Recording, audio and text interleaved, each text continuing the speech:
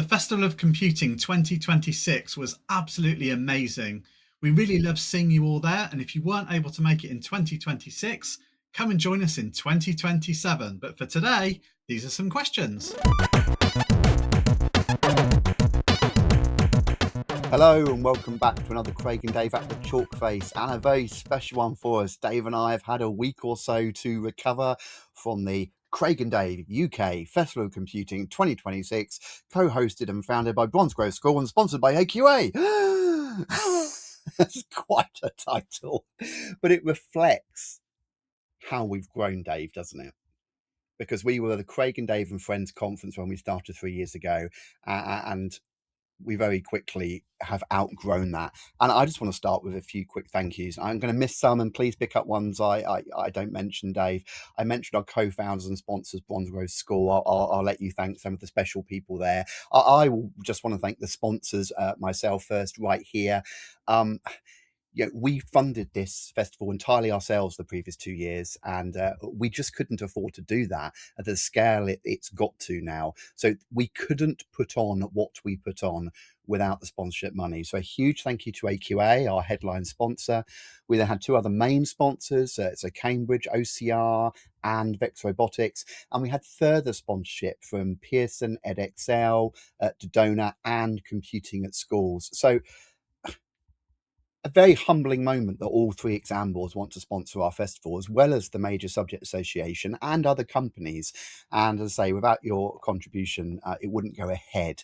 So a personal thank you from me to our sponsors. But then Dave, maybe something about Bronsgrove School, because it certainly wouldn't go ahead without them either, would it? No, definitely not. So we also want to extend our thanks to Bromsgrove School, and importantly, the staff at Bromsgrove School who made it all happen. Obviously, Johnny Palmer, everybody knows, was influential in making sure everybody was there, but also Francis Round and many other staff who were working behind the scenes to make sure that it was the success that it was. So special thanks to everybody at Bromsgrove School as well. Brilliant. Well, what we're going to do today is we're going to answer some of your questions. So during the day, you may have seen some people going around with Craig and Dave tops on, microphones and cameras. That is our marketing team. It feels bizarre saying that even to this day, Dave. But I think when you and I started this 10 years ago, we were there going, we'll have a marketing team one day. But we do. We can't thank them enough either. But they were going around asking all sorts of questions and interviewing you. And some of you kindly agreed for your questions to be put on this video, and we're going to answer them. So we've picked out 11.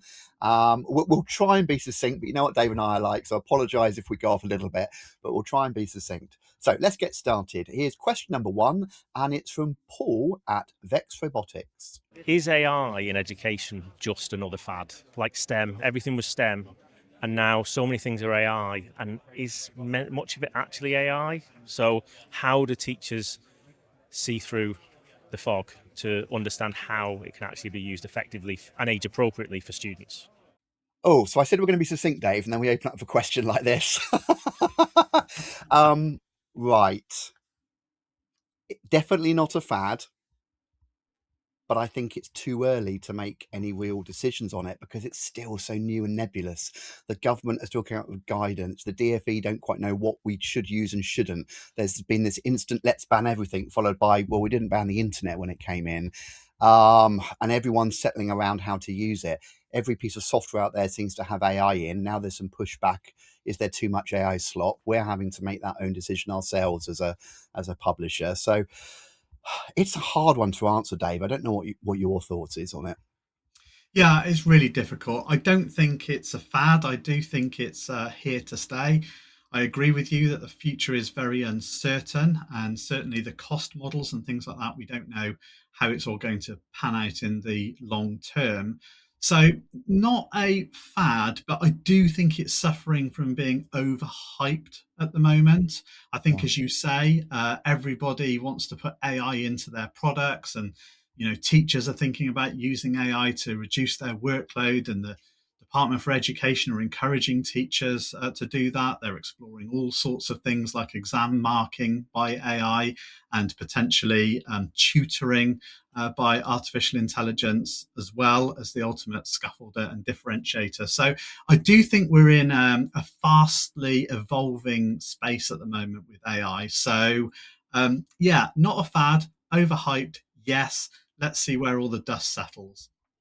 Perfect. Well, thank you, Paul. Hope that answers that question. Next one is from Francis Sparrow, the subject advisor at AQA. I'll let you pick this one up, Dave. The question that we have at AQA for them is, what future development are Craig and Dave most excited about? And they asked me to add the caveat that that is in computing. Yeah, so I'm not quite sure how to interpret this question. So I'm going to take it from the angle of what are we most excited about that the exam boards might be working on moving forward. And for me, it's the future of the NEA at A level, the non-examined assessment, the coursework at A level, because I think that could go in a number of directions. It could just be cancelled completely and we lose that practical element. I don't think we'll ever completely lose the practical element. There'll still be programming done within class and things like that because it will still be examined one way or the other. But we might lose the creative project-based coursework element that we have got right now. I hope that doesn't happen. I don't think we can accept the status quo because people are saying AI is being used as a plagiarism tool, and the current NEA is not really fit for purpose in a number of ways. But I would like to see an evolution. I would like to see the NEA fully embrace AI actually, so that the expectation is that students do use AI to create their coursework and they go through that iterative process that junior developers do when they use AI to help them solve problems and write code. Because AI doesn't give you the answer straight out the box. Maybe you need to make interface changes, maybe you need to debug aspects of the program, maybe you need to consider security and all sorts of other things that AI won't necessarily do from a first prompt. So I think the exciting change could be what the NEA could become, but equally, it might be completely dropped. Yeah, no, I agree. And similarly, I'll be interested to see what OCR choose to do about that as well. I think we're all waiting for that. Okay, nice. I'll take the next question, or at least I'll lead on it. And it is from Becky Peters at Computing at School. What do you think was the best session on the agenda today? Based off titles and descriptions, because they obviously were not in all of them because they had their own. But which one was the best one on the list? If they were still teaching, what would they have picked? Ooh, yes, a lot of very high quality CPD. Oh, and while I have you here, all the sessions from all the CPD sessions and all the keynotes are available to download on the festival website, whether you attended or not. But if I wasn't to pick one of my own sessions, which I guess would be an easy answer, what would I have signed up to that was else on the list? Well, there was an awful lot about AI, but there was one in particular that if I wasn't delivering a session would have gone to, and that is one by Jane Waite. AI and programming, and what does it really say, and what does the research say? That the really interesting thing about Jane, I know you've met her, she is an academic, works for Raspberry Pi at Cambridge in the research area. I sometimes find, and no disrespect to academics, that you can read the papers and like these are great research papers, but where's the link and the practicality down to what I can apply in the classroom? Jane has a phenomenal ability to seem to be able to bridge that gap. Not only is she an engaging speaker, but you'll see, well, this is backed by research and it's then applied and tied back to practical applications for you and your students in the classroom. So always find it very interesting to listen to Jane. So yeah, I would have been keen on that one. What about you, Dave? Yeah, I'd agree with that. I mean, I'm always nervous about, the future and what that's going to bring. So for me, anything about the new curriculum, new GCSEs and A levels, all that sort of thing, I would want to get ahead of the game and make sure that I was prepared in advance. So those kinds of sessions would always be of interest to me. But I think it's also worth mentioning here, if you did come to the sessions in 2026 and you felt slightly misled by some of the titles and it wasn't quite what you expected when you got into the session, that is something we're thinking about for 2027 to make sure that the speakers actually deliver on the promise of what the session title is. So that's something that we're going to be looking at for next year. No, that's a fair comment. We're going to be very careful because don't forget, all those CPD presenters are fighting for everyone else for spots. So we are going to be careful next year to check that titles are not simply clickbaity. But to be They, fair to our speakers, they do yeah. it completely for Oh, free, they you they know. do. Of course they do. Yes, that's very So we're valid. very grateful for their support. Okay, the next one is from Mathis, CEO and founder of Dodona, who's also one of our sponsors. I was always curious about their web shop. Like I was wondering, like, what's the best-selling item on their web shop? Is it the mug? Is it the teddy bear? Is it the hoodie? Very curious. Oh, well, that's the mugs, Dave. It's always been the mugs, isn't it? Back in the day, it was our Logic Gate mug. Everyone seemed to get that for their teacher at the end of GCSE level, and it's still the mugs. A smattering of hoodie and mouse mats and coasters, but yeah. Anything to add?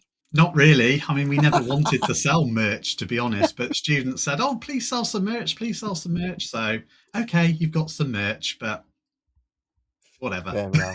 There you are. I hope that answered that, Mathis. Right, I'll let you take the lead on the next one, Dave. This one's from Amy at Cambridge OCR. I'd love for teachers to feedback to us on what is the most important thing we can do to support them through the curriculum reform.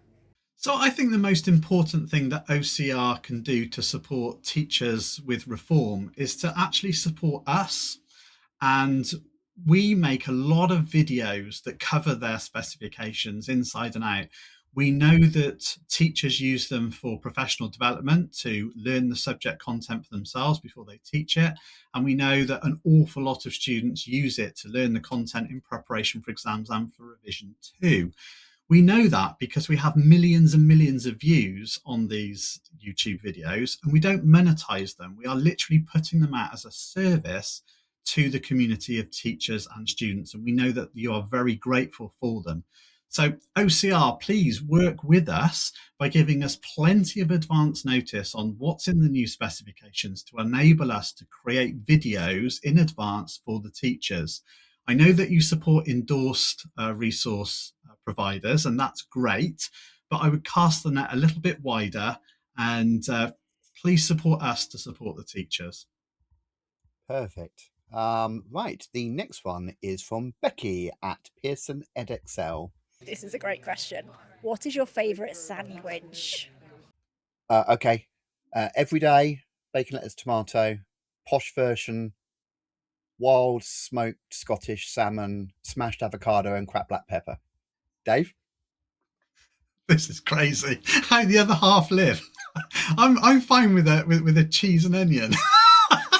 But no, there you have it. BLT's a good shout. I'm particularly partial to a chicken, bacon, and stuffing in a Tesco meal deal, but I'll take a cheese and onion. Not melted. Not melted. Oh dear, no, Dave can't touch melted cheese. He loves it whenever we have lasagna. Right, moving on to the next one. It's Stephanie, and she is a teacher. Really, it's about their cost model for the new Case Stage 3 and how they're going to do the updates. You know, are they going to increment them? Are they going to be at certain points? How they're going to advertise that? Okay, so let's be really transparent because I know we confused the people a bit at the festival. So currently, if you log on to craiganddave.org and you buy access to a resource centre, you pay $179 and you get access to everything on the site. We have had people asking, will Key Stage 3 be included in that? We cannot give away an entire scheme of learning for year 7, 8, 9, 10, 11, 12 and 13 at £179 and expect to be able to pay our mortgage and keep providing you with products. That is the honest answer. We already give away way more than we should. Other competitors cost thousands of pounds for the same resources that cost £179. So when these go on sale, we're going to split and change the resource member access. Everyone who currently has access will continue to have access to 4 and 5 until their expiry date. Anyone renewing or getting new resource access will be asked at the point of purchase whether they want access to Key Stage 3, 4 and 5. Key Stage 3 will cost $299 for a year's access. Anything you download during that year, you have a Cypher license to use for life, just like we've always done. So it may well be that you turn around and think, well, I really don't need any more 4 and 5 resources. The specs are mature. I'm going to wait for them to change in 2 years and then 4 years. So when I renew my membership or get a membership, I'll just ask for Key Stage 3. That is access for a year for $299. You can download everything that's flagged as Key Stage 3 from our site. You can get the updates during that year and you can use them for life. Our plan is to have 8 units available. So that covers you for the entire start of the year. And then next year, another 8. And the year after that, another 8. Anything else you want to add, Dave, for clarification, addition? I tried to make that really smooth. Yeah, I think you've covered it. I mean, we do get some frequently asked questions, which is, hang on a minute, if we get in early here, you want us to pay $299 this year, $299 next year, and $299 the year after. Why are we paying so much more than a school that waits 3 years and then just pays $299 for the entire lot? That doesn't seem very fair, given that we are giving you early support. And it is quite simply, you are giving us early support and you're getting the resources early. We could hold them back for the 3 years and release them in 2028 in time for the September delivery, but we don't want to do that. We want to be able to make them available as we've written them over the next 3 years. And we need a sustainable model that enables us to do that. We've also got a lot of schools out there that say your resources are really, really cheap. We think you undervalue them, and we want to find a way of being able to support you financially, but we've got to make sure that it works for our school and our finance team, because you're not a charity. They're not going to just give you money. So this is a way that your school could do that, is to purchase 12 months access every single year and effectively give us $299 every single year. Still think it's great value for money, but that's why we've gone with that model. It's very familiar to people that are already using Key Stage 4 and 5 resources of ours, so we're not going to change up the model, and it allows for schools to support us continually, which we really value. Cool. Okay, the next question is from Amanda, and she's a teacher. One of my questions is, if someone knows nothing about computing, where would be the area that you would start? How are you going to upskill yourself? I'd also quite like a bit more CPD, because without the hubs, we've lost all that funding and all that training, and I really relied on that to get started. So I don't know where new computer teachers are going to be getting their training from. I think my year 11s would like to know if Craig and Dave are married, and that's it really. Right, I'm going to take the second part of this question, Dave, because it's a question to, are you and Dave married? No. We get this a lot. I guess it doesn't help when I say things earlier in the video, like every time Dave and I have lasagna, as if like I've come home and I've cooked the dinner. I realised as I was saying it.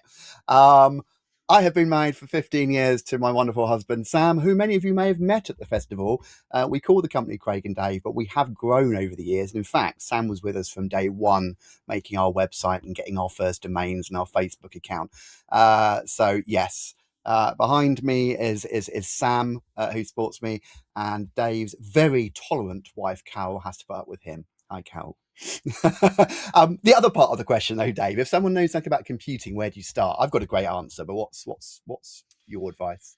Yeah, I mean, it does feel completely overwhelming, right? I think the first thing I would do was be to find a school near you that is also offering, whether it's Key Stage 3, GCSE, A level, and foster a working relationship with that other school and that other department, because it can be really isolating, especially if you're in a team of 1 or 2. You feel like you haven't got the support network that bigger subjects have got in your school. So I would create that support network by working really closely with other local schools. And that's actually how Craig and I sort of ended up working together over the long term, really. It was that relationship between 2 schools, because we weren't working at the same school until the very end of our career. There's also an awful lot of support out there. So I would have a look at digital from Pete Marshman, because he's got a lot of support out there for teachers picking up computing. Definitely explore that. Computing at school also, although it's a big national organisation, there's a lot of people out there that will support you in the local region getting on board with computing. And of course, there's Craig and Dave and all our videos and everything that you can use to support your subject knowledge. And if you do buy into our resources, then we're here on Zoom, Teams, Meet to help you along the way. So really, I think it's about connecting with other people. Yeah, perfect. I mean, one thing Amanda said is now the hubs have gone with the stopping and the funding, but of course, CAS still has its CAS communities, which ironically in the early days were called hubs until the government said you can't use that word because we're taking it, and now we're removing the funding from it. So CAS has always been there as a grassroots organisation. You seriously go to CAS, type in your postcode, you'll find the nearest support for you. You might be surprised. The other thing I was going to say, you're talking about CPD there, Amanda. I know a lot of teachers, and it surprised us in the early days, use our own YouTube channels for CPD on skilling up on the subject, especially at A level. So they provide excellent CPD there. Okay, the next question is from Jay, a trainee teacher. They're really trailblazing in this area, and there are champions for our teachers and leaders, right? And I just want to say, continue doing the great work there. Just keep innovating, keep seeing it from the lens of the students and the teachers, because you can see whatever they're developing, it's always in lieu of helping the education and industry, and it's not for the sum of money or anything else. They're doing it for the goodness of the students and the economy and the wider world. So continue on that mission statement, continue giving all the material, and certainly, you know, the weekly releases that they're doing. I think it's a brilliant broadcast. You know, it's very dynamic, very engaging. Keep going at it. You know, it's really hard to address a really wide audience with an industry like computing, which is changing. It's different to the traditional maths and science subjects, you know, which can't pivot and travel as quick as computing is. And so there's a lot of factors that's really, hinging on where we're moving with computing. And Craig and Dave are really at the forefront of that. So continue being a voice in this sector, driving it, helping everyone. And I think, I hope to come to more of these events going forward and learn more. So thank you so much, Craig and Dave. Oh, okay. Less of a question, more of a plug, Dave. A plug for this YouTube channel. I was about to say our other YouTube channel. No, this one's going out and at the chalk face. That's nice, because I must admit, when we started at the chalk face, Dave, I wondered whether anyone would watch it. And it only has 200 subscribers, and it is growing. But I guess maybe adults aren't as quick to subscribe as kids are. But it was at this festival where I've had people come up and say, thank you very much for doing that video, especially the one where we talked about exiting teaching and I talked about my mental health struggles. I had 3 people say, thank you very much for what you said. And I was like, oh, people do watch these videos. So I'm less down about them, but that's nice from Jay. I don't know if you have any thoughts. Yeah, it's lovely. I mean, yes, there are times when we think, well, the audience is so small, what's the point? Yeah. But, you have to be in it for the long term, and the audience grows over time. So, thank you so much, Jay, for your support, and everybody else that watches at the Chalk Face. Please, tell everybody all about it. Get the news out there, and it would be great to build more subscribers. Again, we're not monetizing any of this. We don't get any financial reward. We are just trying to do it as a bit of a service to the computing teachers out there. Perfect. Right. Our penultimate question. Oh, it's from our good old friend Johnny Palmer, co-founder and Director of Digital Innovations at Bromsgrove School. I'll let you lead on this one, Dave. Over to Johnny. The only thing that I can possibly say about Craig and Dave is that, together we have built such an amazing event here. And, this is now a trusted brand alongside the Craig and Dave, trusted brand. And my only question is how we can make it even bigger and better next year. Well, can the festival get any bigger? I mean, is it that awkward capacity situation now where we can fit a few more into Routh Hall, but we've kind of reached that point where the marquee is already at capacity. Routh Hall will be almost at capacity. We do have other venues at Bromsgrove School that we can use, such as the big sports centre if we need to, maybe even a second marquee out there on the field. Who knows? But how do we make the festival even bigger and better next year? By making sure we put on things that people want to come to. It's as simple as that. We've got to have some excellent speakers. We've got to have some excellent CPD. We've got to have a big and wide-ranging marketplace. And we've got to have something new to share with the community, Craig. Oh, blimey, don't say that. Right, okay. And if you haven't filled out the feedback form that's been emailed, please do, because I know everyone says it, we generally do read all the feedback, and we're meeting with the festival team, Johnny and Fran, on the 1st of September. We're going to go through it all. We've already had thoughts from some of your feedback on things that could be tweaked or made better, and we alluded earlier to one. So please let us know. Don't come to next year and say they didn't change it. Yeah. Please let us know. I know how Oh, we can oh, make the festival bigger and better, Craig. We've got to make go on. sure that if we promise pastries, we don't deliver biscuits. We've Well, got to make sure that we've got hey, more signposts to more than one toilet, because yeah, there is more than one toilet at Bromsgrove School. yeah, And we've got to make we sure already that if got you those. stay overnight, there's somewhere to put your luggage Yeah. and all those little logistics that we think we've got nailed, but they just fall apart on the day. Yeah. Okay, and our last question is from, oh, I think marketing are trolling me. It's from my husband I previously mentioned. It's from Sam, who works for Craig and Dave. Let's see what Sam has to say. Can I have a day off, please? No, can we come back next year, please? No. There you are. Ridiculous. I'm sorry. You're also a director of the company and you're married into it. No, you can't have a day off. I don't know if you have anything to add to that, Dave. Nothing to add to that, but just to close out the episode, I would say that we're always available to answer your questions. Drop us an email at admin@craiganddave.co.uk. If you use any of our products, whether that is Smart Revise or you have access to the Resource Centre or you're going to invest in the Key Stage 3, please join our Mission Control. This is an exclusive Facebook group just for our customers so that we can talk about our resources and support you. Perfect. Well, thank you again, whether you attended the festival, whether you're just a viewer, thinking attending it next year. It's great that you come and watch these, and thank you for supporting us. And we'll see you again very soon. Bye-bye for now, everyone.